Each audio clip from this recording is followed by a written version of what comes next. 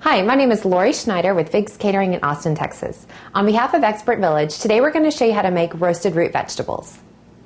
Okay, so now I'm going to add my Italian parsley to my roasted root vegetables. And I'm just going to sprinkle it all over here. I'm going to save a little bit for my garnish on my plate. And with my spoon, I'm going to go ahead and mix it in. And I like to add in the parsley fresh because it just gives our root vegetables a fresh flavor. And it also looks really nice.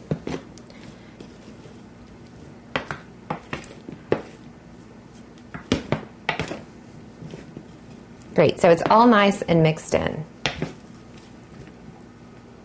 So we're going to go ahead and plate just a little bit on the plate so you can see what it looks like.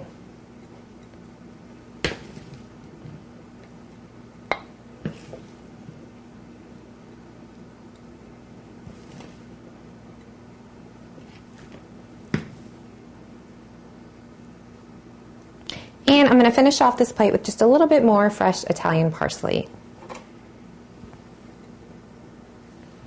And that's what your final dish will look like.